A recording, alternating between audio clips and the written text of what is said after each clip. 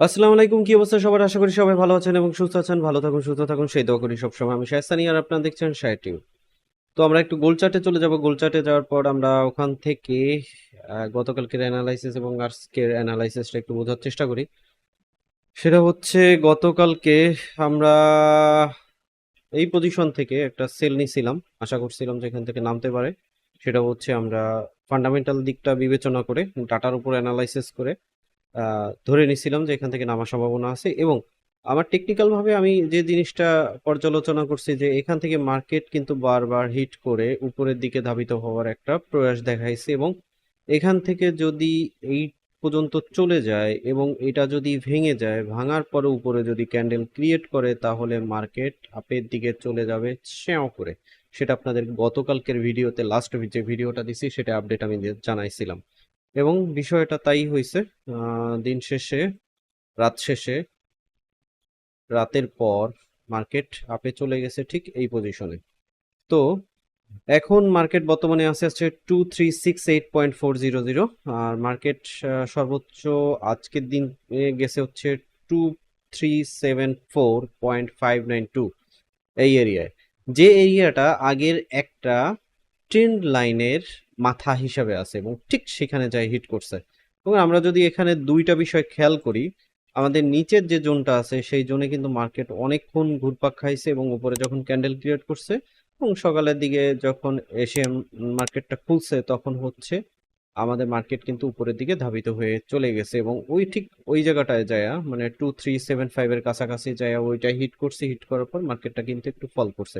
তার আগে এক জায়গায় বিরতি নিছিল, সেটা হচ্ছে 2364 এই লেভেলটায়। এখানেও দেখেন একটা সাপোর্ট এরিয়া ছিল, সেই সাপোর্ট এরিয়াটাও কিন্তু ও ভেঙে উপরে উঠে গেছিল, কিন্তু এখানে একটু মানে আসার পর আবার একটা হিট করে তারপর উপরে উঠছে।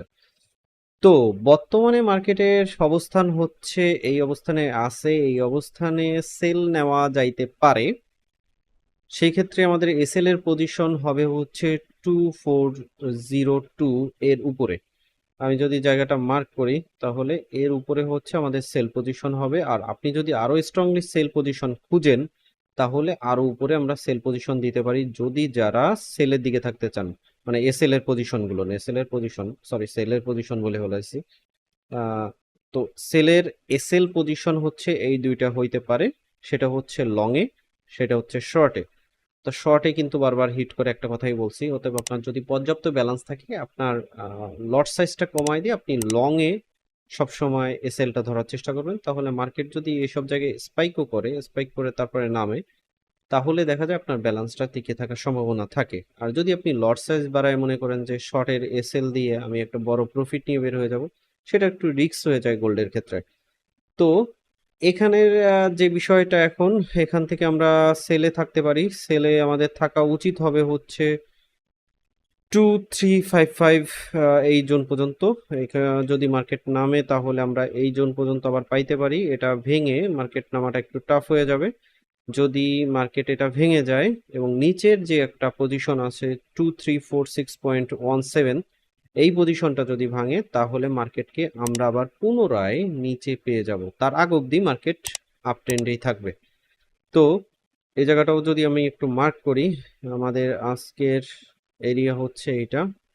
গতকালকের এরিয়া এগুলো ছিল, এগুলো আমরা ডিলিট করে দিই। গতকালকের ভিডিওটা দেখে নেবেন, উপরে আই বাটনের ওখানে পেয়ে যাবেন, তাহলে বুঝতে পারবেন মার্কেটের গতিপথ কিভাবে কি যাচ্ছে না যাচ্ছে। তো আমি আগের গুলোন এখন ডিলিট করে দিই, যেহেতু আমাদের যে রেঞ্জটা আছে সেই রেঞ্জটা ভেঙে ফেলছে। তো এখানে আমি কয়েকটা পয়েন্ট করে ফেলাইছি অলরেডি। প্রথম পয়েন্টটা হচ্ছে 2346.145, এই জোনটা। এই জোনটা যদি ভেঙে যায় এবং নিচে মার্কেট ক্যান্ডেল ক্রিয়েট করে, তাহলে মার্কেটকে আমরা আবার পুনরায় ডাউন ট্রেন্ডে পেয়ে যাব। আর যদি এই জোনের উপরে থাকে বা এর আশেপাশে থাকে, তাহলে অনায়াসে একটা বাই নিতে পারেন। এবং এই জোনের নিচে, তার মানে হচ্ছে এই পয়েন্টটার নিচে 2346.145, এর নিচে আপনারা নিজেদের মতন করে একটা এসএল পজিশন নেবেন বাই এর ক্ষেত্রে। যদি মার্কেট এই পর্যন্ত নামে, আপনারা বাই নিতে চান এখান থেকে, তাহলে আপনারা এসএল পজিশনটা রাখবেন হচ্ছে 2344, এই লেভেলগুলো নেই। ওকে, আর যদি দেখেন এটাকে ভেঙে ফেলছে, ভেঙে নিচের দিকে চলে গেছে, নতুন করে আর একটা ক্যান্ডেল, একটা দুটো ক্যান্ডেল ক্রিয়েট হয়েছে এবং ওখানে পুতুর পুতুর করে, তাহলে আমরা ওখান থেকে আবার সেল পজিশনে যাইতে পারি। সেক্ষেত্রে আমাদের এসএল পজিশন চলে আসবে কত, সেই ক্ষেত্রে আমাদের এসএল পজিশন আসবে হচ্ছে এই যে লাস্ট টাচ করছে আজকে সকালে 2380, এটাকে আমরা তখন এসএল হিসাবে ধরবো, ধরে আমরা সেল পজিশনে থাকতে পারি। তো আজকের মার্কেট অ্যানালাইসিস হচ্ছে এটাই। টেকনিক্যাল ভাবে আমি একটু দেখাইলাম, ফান্ডামেন্টাল বলতেছি না। ফান্ডামেন্টালেও আজকে বেশ কিছু নিউজ আছে, 6টা 15 দিকে ইউরোর নিউজ আছে কিছু, এবং 6টা 30-এর দিকে ক্যাড প্লাস ইউএসডির কিছু নিউজ আছে। অতএব আজকে ইউরো, ইউএসডি এবং ক্যাড এর কিছু মিক্সড ডাটা হবে, এবং এই ডাটায় মার্কেট আপ ডাউন করে একটা পজিশনে থাকবে, সেটা ডাটার উপর নির্ভর করবে। কিন্তু গতকালকে যে ডাটা রিলিজ হয়েছিল সেই ডাটা হচ্ছে যে 53.8%। সেই হিসাবে মার্কেট এই যে পজিশনটা ছিল, এই পজিশন থেকে নামার কথা ছিল, কিন্তু সেটা নামে না। কিন্তু নিউজ টাইমে কিন্তু ঠিকই স্পাইক করছিল, সেটা গোল্ড, ক্যাড এবং ইউরো ইউএসডির ক্ষেত্রেই ধরেন। ইউএসডি কিন্তু স্ট্রং হয়েছিল এবং একটা স্পাইক করে দেন কিন্তু মার্কেট উপরের দিকে উঠে গেছে। অতএব এই জিনিসটা আভাস দেয় যে আগামী আজকের নিউজ এবং আগামীকালকে কিন্তু বড় একটা নিউজ আছে জানেন। তো ওই নিউজে মার্কেট যদি নিচে ফলো করে তাহলে মার্কেট আপটার্নে থাকবে, এটা একটু মিলাই নেওয়ার চেষ্টা করবেন। তো আগামীকালকের নিউজ পর্যন্ত আমরা দেখি। আর আজকে যারা এন্ট্রিতে থাকবেন তারা সেল এন্ট্রিতে থাকতে পারে। আর এখানের এই জায়গাটা একটু বাধাগ্রস্ত হবে না, 2364, যেহেতু এখান থেকে ভেঙে উপরে উঠে গেছে, তাহলে এখানে বাধাগ্রস্ত হওয়ার তেমন একটা চান্স নাই।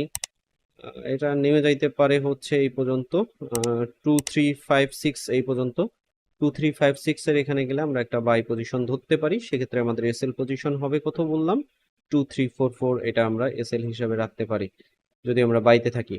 আর সেলের যে ব্যাপারটা আছে, সেলের ব্যাপারটা আমি বলবো যে 2344 এই লেভেলটা যদি ভেঙে নিচে মার্কেট অবস্থান করে তাহলে আপনারা সেলে থাকতে পারেন।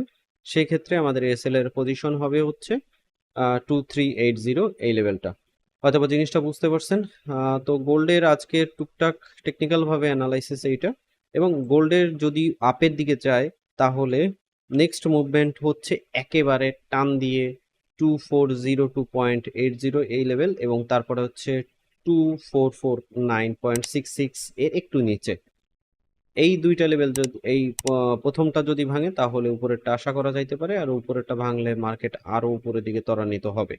তো সেরকমের আভাস আসলে দেখতেছি না, সেটা ডিপেন্ড করবে হচ্ছে আগামীকালকে নিউজের উপর। তো আজকে আমরা গোল্ডে সেলের দিকে থাকার চেষ্টা করব, সেটা হবে হচ্ছে আমাদের যে এরিয়াটা আমরা বাইধা দিছি সেই এরিয়াটা 2354, এই এরিয়াটা। আর যদি 2346 এটা ভেঙে নিচে নামে তাহলে আমরা ডিপলি সেল আরো নিতে পারি। আর বাইয়ের পজিশনে আমরা চলে যাব হচ্ছে, এখান থেকে আমরা সেলে থাকতে পারি। সেক্ষেত্রে আমাদের এসএল পজিশন হইতে পারে হচ্ছে 2380, যেটা বললাম এটা একটু রিস্ক হয়ে যাবে। যদি এখানে নিচে যে পজিশনটা বললাম যে 2356 এর এখানে আসে তাহলে এখান থেকে আমরা একটা বাই নিতে পারি। তো এই ছিল ছোটখাটো অ্যানালাইসিস। তো বিষয় হচ্ছে কি, আপনি যতই অ্যানালাইসিস করেন না কেন, দিন শেষে আপনাকে ফিরতে হবে সাপোর্ট, রেসিস্টেন্স এবং ট্রেন্ড জোনের মধ্যেই।